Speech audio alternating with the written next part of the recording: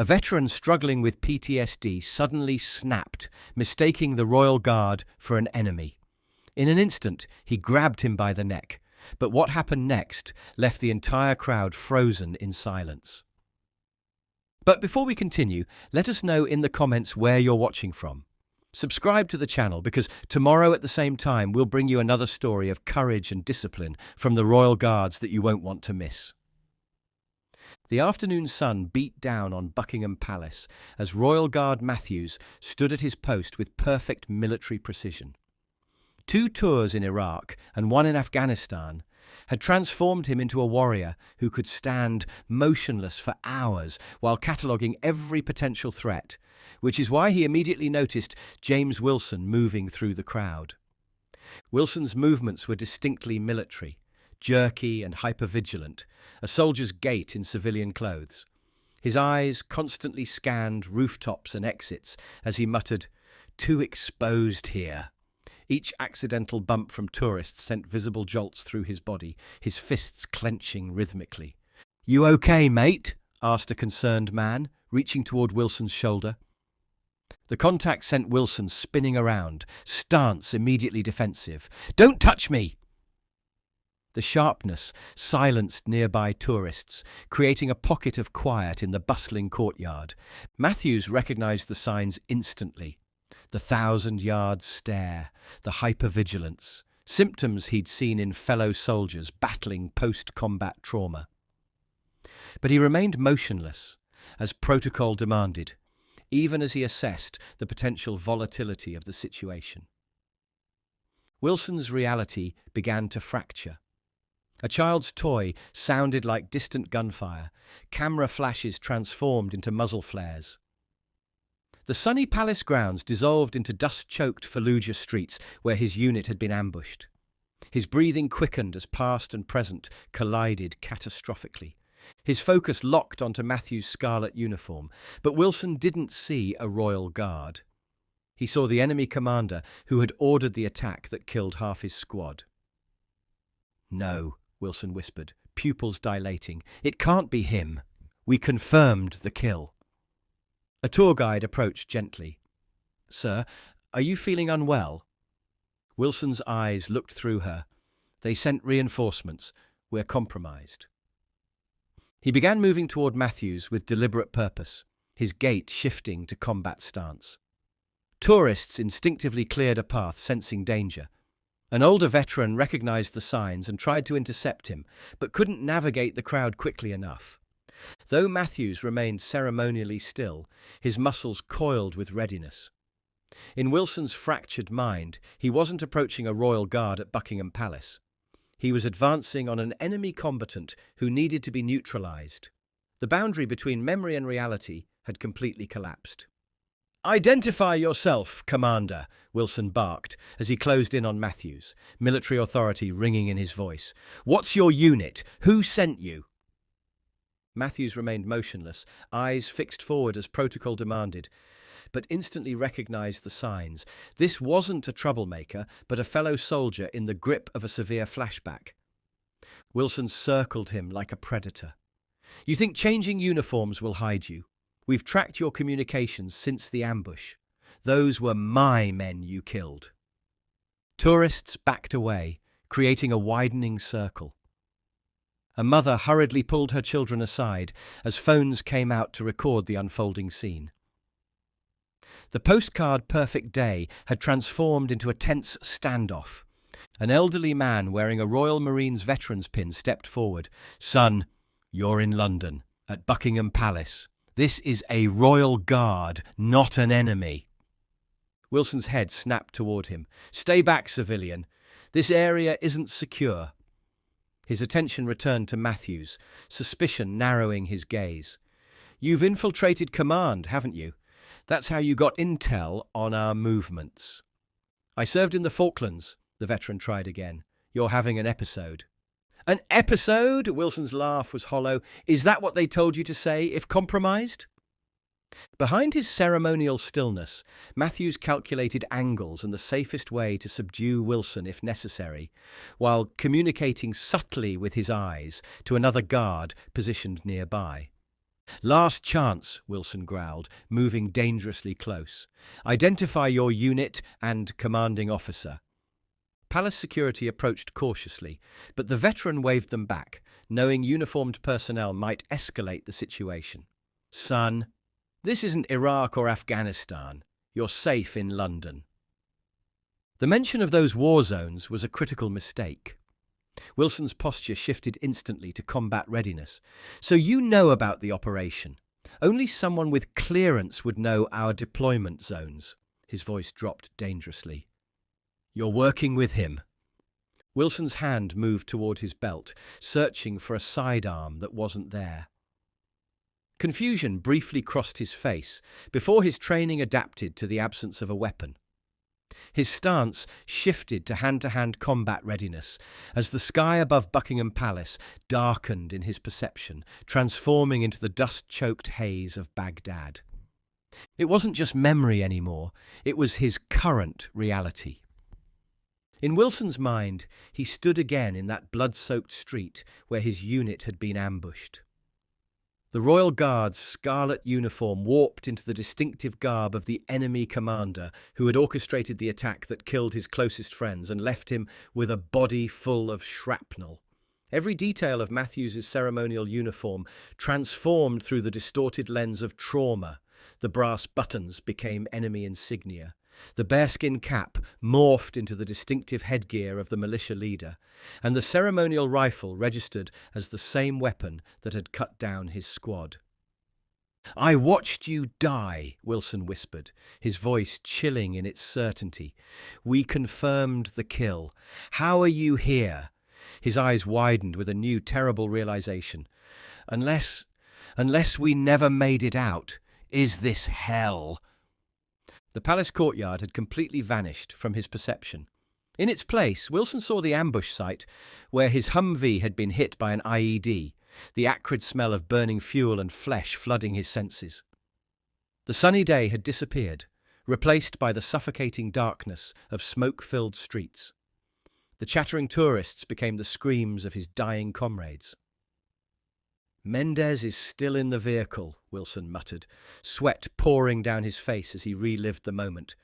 "Jackson's bleeding out. I can save them this time. I just have to neutralize the threat first."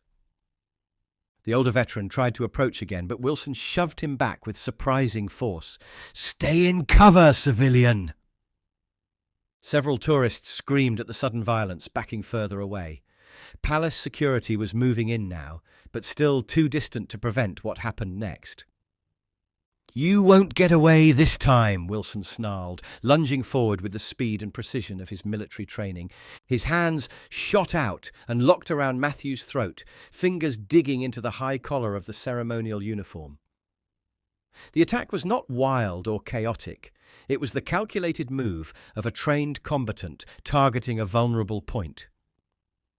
Wilson's thumbs pressed against the guard's windpipe as he drove Matthews backward until his back hit the palace wall. "Where are the others?" Wilson demanded, his face inches from the guards. "How many more ambushes have you planned? How many more of my men have to die?" The crowd erupted in shocked screams. Children began crying, parents pulled them away, and several tourists ran toward the palace gates seeking help. Phones captured the unthinkable scene, a royal guard, symbol of British tradition and discipline, being physically assaulted while on duty. Matthews had a critical decision to make in a fraction of a second. Protocol demanded absolute stillness, except in life-threatening situations. Breaking stance without proper cause could mean disciplinary action or even dismissal. Yet he recognized that Wilson wasn't a typical threat. He was a fellow soldier, trapped in the private hell of combat trauma. As Matthews felt the pressure increasing against his throat, his military training calculated options. He could easily incapacitate Wilson with several counterattacks, moves that had become second nature during close-quarters combat training. But those techniques could seriously injure someone in Wilson's fragile mental state. Through the constriction of his airway, Matthews saw something in Wilson's eyes, not malice or hatred, but raw terror and confusion. This wasn't a man attacking a ceremonial guard. This was a wounded warrior still fighting a war that had officially ended years ago. "Your men are dead because of you," Wilson hissed, tears now streaming down his face as past and present collided catastrophically in his mind. 12 men, good men, gone because you wanted to make a name for yourself with command. Matthews's vision began to blur slightly from oxygen deprivation. Palace security was still 30 seconds away, too long to wait. Other guards were moving toward the situation, but they would follow protocol for threats against the royal household, treating Wilson as a potential terrorist rather than a veteran in crisis. That realization made Matthews's decision clear. Breaking protocol meant possible disciplinary action. Following protocol meant Wilson would likely be treated with potentially lethal force, rather than the understanding and care he desperately needed. As black spots began appearing in his vision, Matthews made his choice. He would not treat a brother-in-arms as an enemy, even if it meant risking his position. Behind his impassive expression, a plan formed, one that would subdue Wilson without harming him, one soldier to another. "Mendez died in my arms," Wilson's voice cracked with raw anguish, his grip tightening further. His last words were his daughter's name. "You took him from her." With oxygen running out and security closing in with potentially lethal intent, Matthews had no choice left. His immaculate white gloves finally moved with surgical precision, breaking his ceremonial stance in a motion so fluid it seemed almost choreographed. His left hand shot up between Wilson's arms, breaking the chokehold, not with violence, but with tactical efficiency, a technique taught to special forces for subduing without harming. "Sierra Charlie, stand down," Matthews ordered, his voice carrying the unmistakable command presence of a combat veteran. He deliberately used military phonetics, speaking not to the confused tourist the crowd saw, but to the soldier trapped in a war zone that existed only in Wilson's mind. "Friendly forces, check your fire, soldier." The sudden authoritative command in military language pierced through Wilson's flashback like a shaft of light through darkness. His grip loosened marginally, not enough to free Matthews completely, but sufficient to allow the guard to execute the next phase of his response. With calculated movements, Matthews reversed their positions in one fluid motion, pinning Wilson against the palace wall, but this was no aggressive takedown. His restraint held Wilson securely without causing pain, his body positioned to block the view of approaching security personnel who had drawn their weapons. "Staff Sergeant," Matthews continued, correctly guessing Wilson's rank from his bearing and age. "Situation report. Ground yourself. Identify 5 things you can see." His voice remained steady, employing the grounding technique taught in military PTSD programs. "That's an order, soldier." Wilson's eyes darted wildly, still caught between two realities. I can see..." He struggled, breathing heavily. "5 things, Sergeant. Focus." "What do you see?" Matthews insisted, maintaining the authoritative tone that Wilson's military conditioning would respond to automatically. "Your uniform," Wilson began, blinking rapidly. "The wall, a camera flash, sky, clouds." "Good. 4 things you can feel," Matthews continued, gradually loosening his restraining hold as Wilson began to comply. "Your grip, cold stone, sweat, my heart pounding." A palace security officer approached, with hand on his holstered weapon. Matthews shot him a look that stopped him cold, a silent communication between security professionals that spoke volumes. He needed more time. 3 things you can hear," Matthews pressed, keeping Wilson's focus on the grounding exercise. "Your voice, people talking, a helicopter." Wilson's brow furrowed as the helicopter existed only in his flashback, not in the present reality. "That's the past, Sergeant. Stay with me in the present," Matthews countered firmly. "Listen again. What do you hear now?" Wilson strained, the conflict between memory and reality visible on his face. "Birds. I hear birds singing, and tourist voices. Recognition flickered in Wilson's eyes, the first sign that he was beginning to break free from the flashback's grip. His posture changed subtly, combat readiness giving way to confusion. "You're at Buckingham Palace in London," Matthews said, his voice gentler now but still carrying authority. "The date is August 12th, 2023. The war is over. You're safe." The senior security officer had reached them now, hand still on his weapon. "Stand aside, Guard Matthews," he ordered. "We'll take it from here." Without fully releasing Wilson, Matthews turned his head slightly. "Sir, respectfully, this is a veteran experiencing a severe PTSD episode. He's not a threat. He's a casualty. I've got the situation under control." The security officer hesitated, eyes darting between Matthews and Wilson. "Sierra Charlie 297, Matthews said to Wilson, improvising a unit designation. "Mission abort. Return to safe zone. Do you copy?" Military terminology continued to bridge the gap between Wilson's fractured perception and reality. His breathing slowed, and the wild look in his eyes began to fade. I copy," he managed, blinking as though waking from a nightmare. Matthews's next words carried a compassion that belied his formal bearing. "I served 2 tours in Iraq, 1 in Afghanistan, Helmand Province. I know where you've been, brother. And I know you're not there now. You're here, with me, another soldier." The mention of shared experience sent a visible shudder through Wilson's body, recognition from one warrior to another. His hands, which had been gripping Matthew's uniform, gradually relaxed. "I thought," Wilson started, horror dawning on his face as reality reasserted itself. "Oh God, I thought you were—" "I know what you thought," Matthews replied quietly, "and I understand why. But you're back now. You're in London, and no one here is going to harm you." He turned to the security officer again. "Sir, I need 5 minutes with him. Then we can follow whatever protocols you need. But right now, he needs a soldier, not security." The officer, noting that the situation had de-escalated, gave a terse nod and stepped back, though he remained vigilant.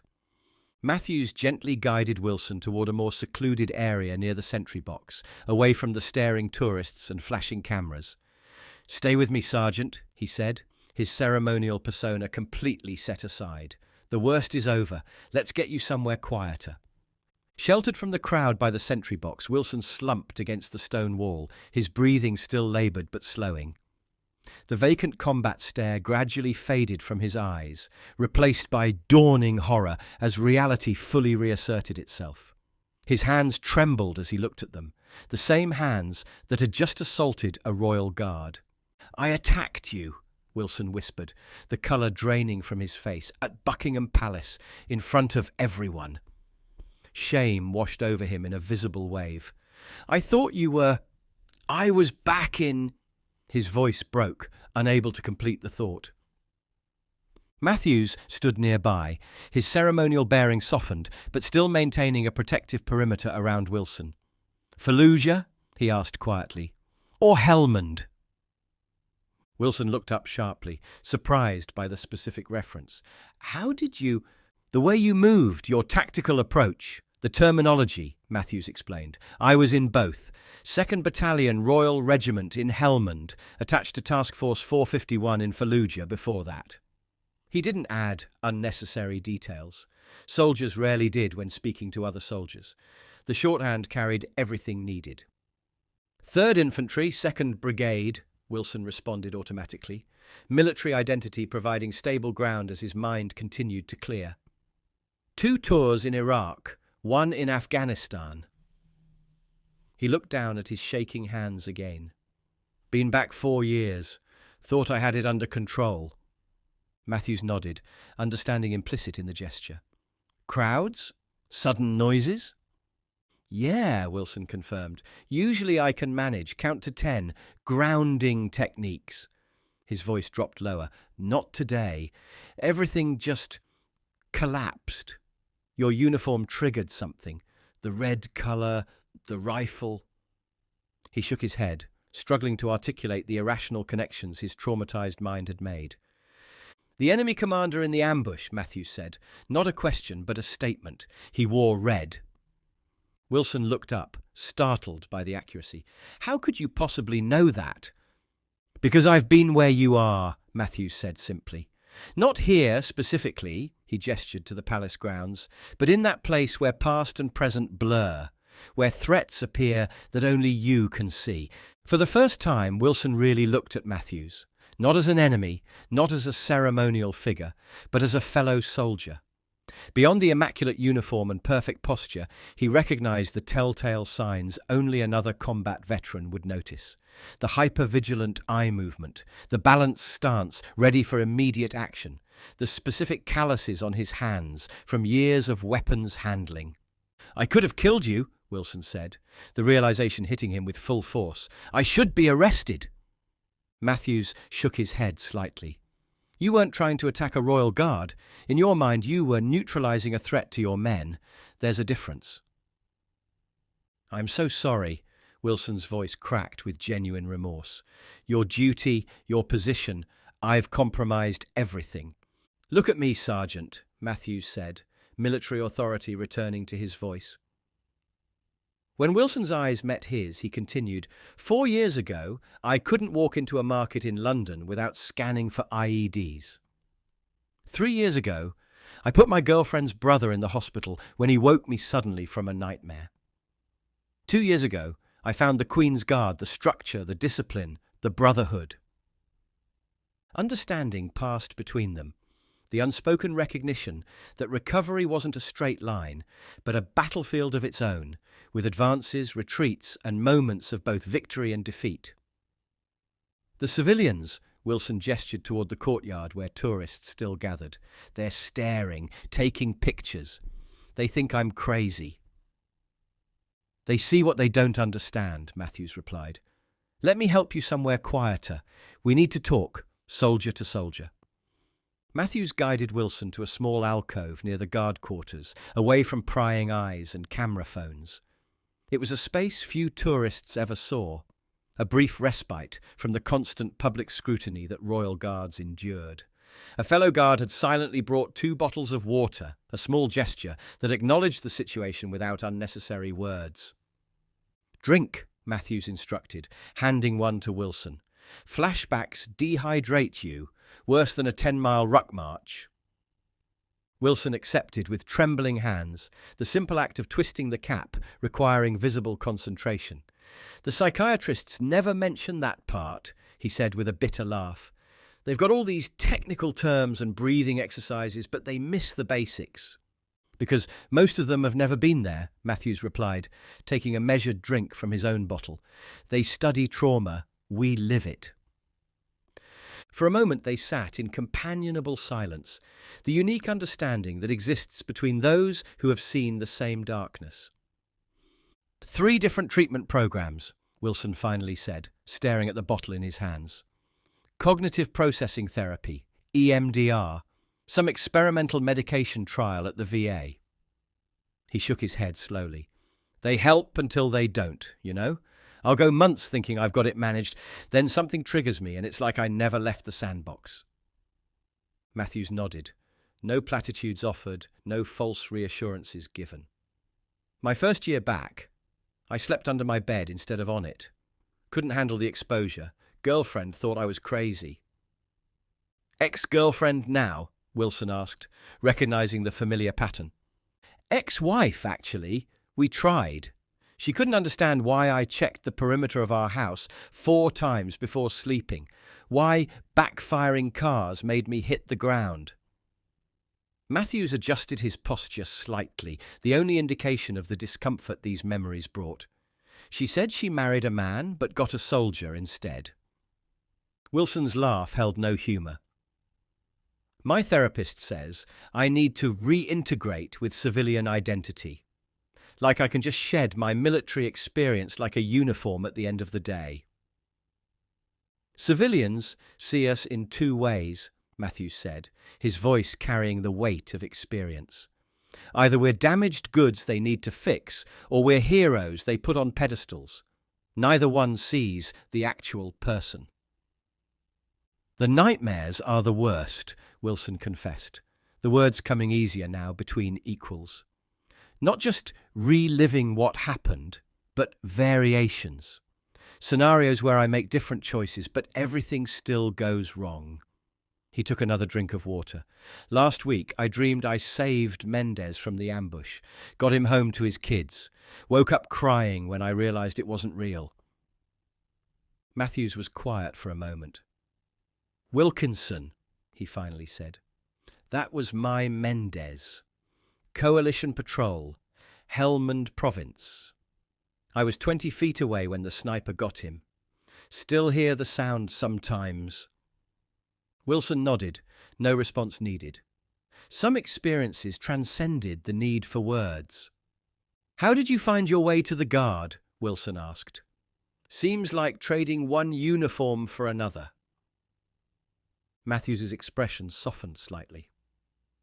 After my third panic attack in a corporate office job, I knew I needed structure, discipline, purpose. He gestured to his uniform. People see this as ceremonial, but for me it's salvation.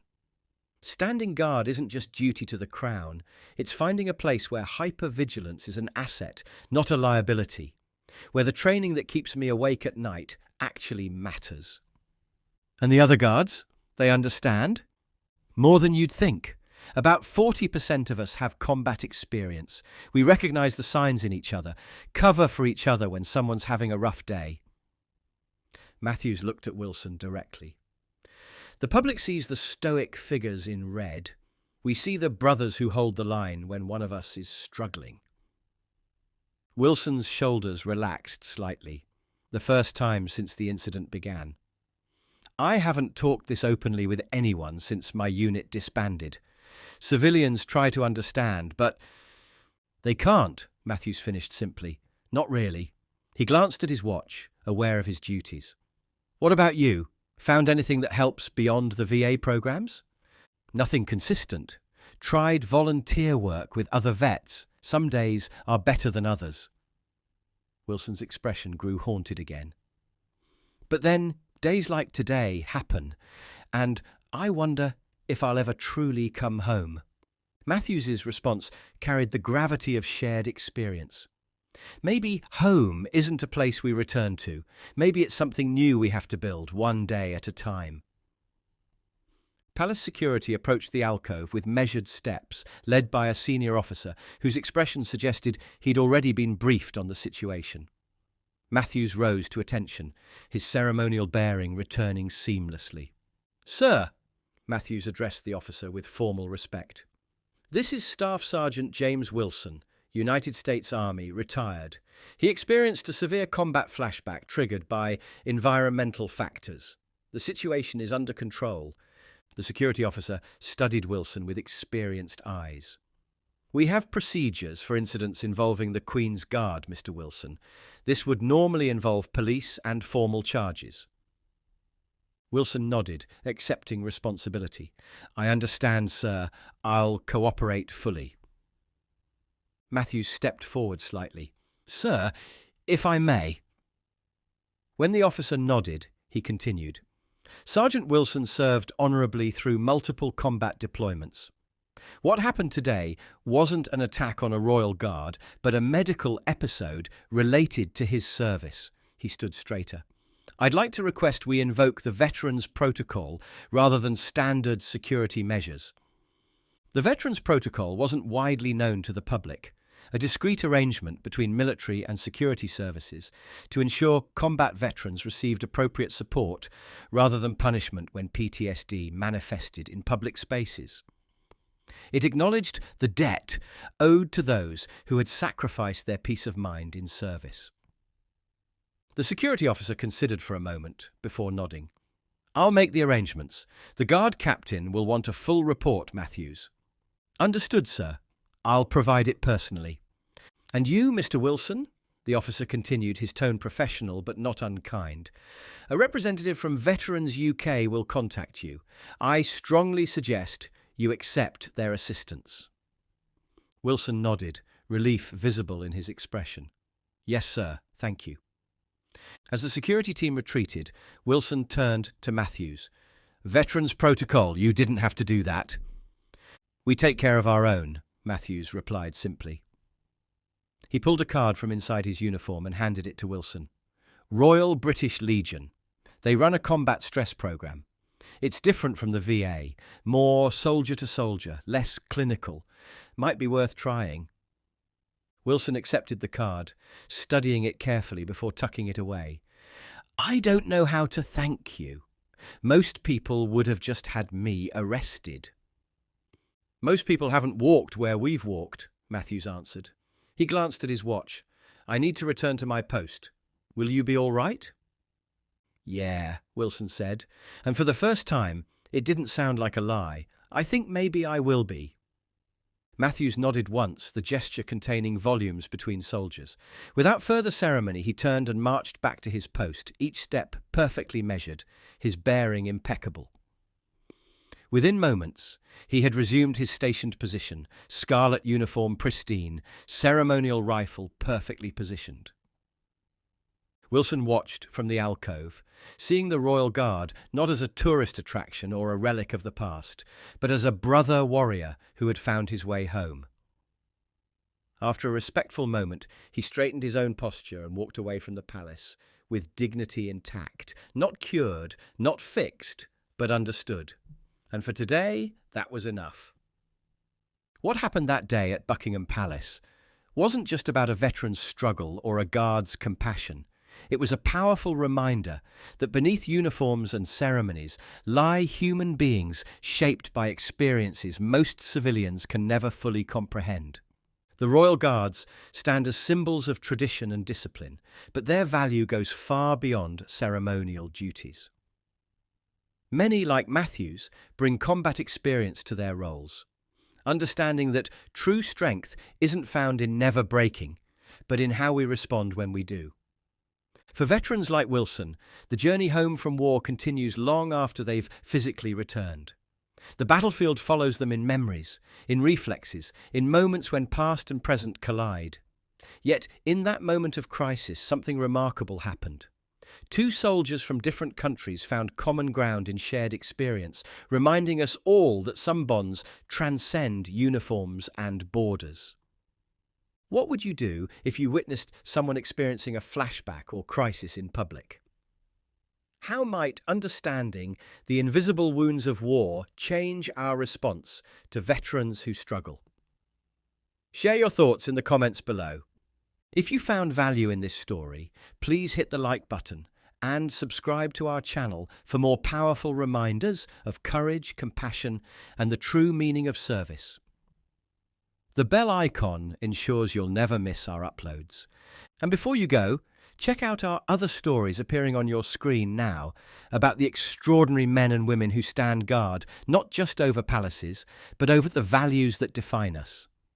And we'll see you again tomorrow at the same time with another brand new video.